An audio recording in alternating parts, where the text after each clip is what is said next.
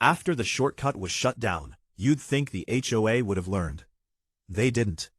Instead of accepting their loss, they got creative.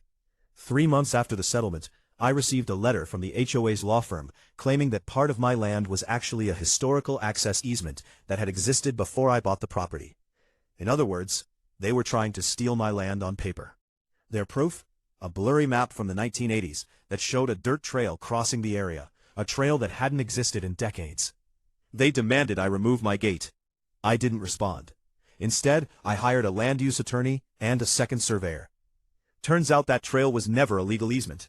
It was just a farmer's path that had been abandoned long before the HOA was built. But here's the part the HOA didn't know. When they used my land as a shortcut, they accidentally triggered something worse. Under state law, repeated commercial use without permission can qualify as adverse possession or prescriptive use, which means, if I didn't stop them, they could eventually claim legal rights to my land.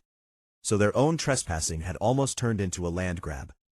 My lawyer filed a counterclaim accusing the HOA of attempting to create an illegal easement through coercion.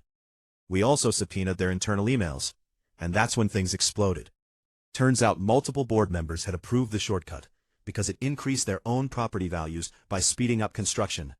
They had knowingly used my land to benefit themselves. That's called self-dealing. One board member had even written, "Just use his land. He'll complain, but we'll outlast him." That email went straight into the court record. The HOA panicked. Homeowners started asking questions. Why were they being dragged into a lawsuit? Why were HOA fees rising? Why were board members using private land for personal profit? At the next HOA meeting, 3 board members resigned on the spot. An independent audit was ordered, and the HOA's attorney quietly settled with me again. This time the agreement included a permanent legal recognition of my property boundary, a written ban on any HOA access through my land, and a clause that if they violate it, they pay me $1,000 per day.